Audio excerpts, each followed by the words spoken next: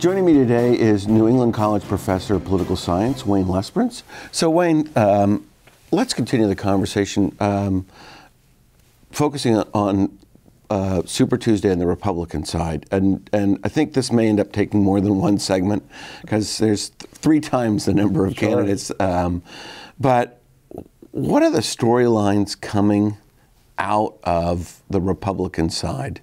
And how is this going to play out?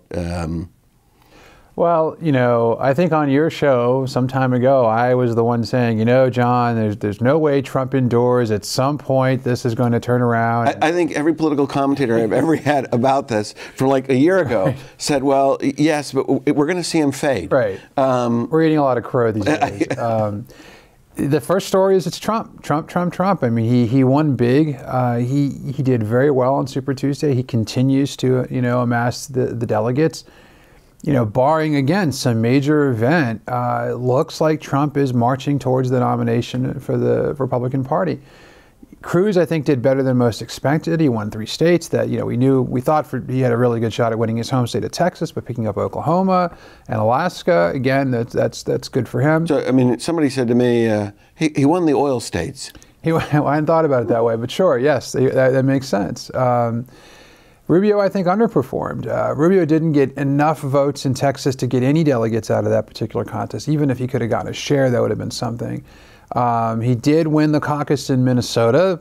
Go Golden Gophers. Not sure, you know, that's a huge enough win, but he's on the board, right, with a victory. And nobody can say you haven't won anything. That's right, and that was one of the big criticisms going into Super Tuesday for him.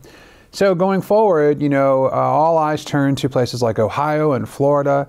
Rubio has to win his home state. He is trailing by a fairly good margin at this point. I think the other big story that viewers should probably focus on is that there will be sort of a last stand of the establishment coming forward.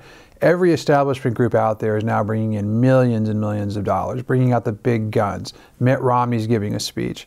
Everybody that can possibly try to stop Donald Trump is going to try to stop him between now and those big lit days. If Kasich can win Ohio, if Rubio can win Florida, that may blunt some of that momentum. But still, you know, to some extent, this is Donald Trump's race to lose.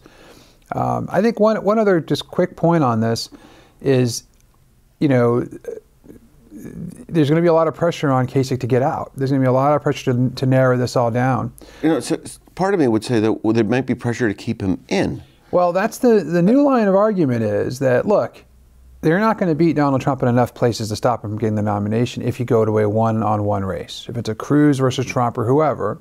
So the more folks that stay in, the more you carve up the total number of delegates by winning a state here, winning a state there, the more likely we get to a brokered convention. And then that really does give the establishment a chance to, I would describe it in this month of March with St. Patrick's Day as real shenanigans going into that convention, because they can then manipulate things to maybe find someone else.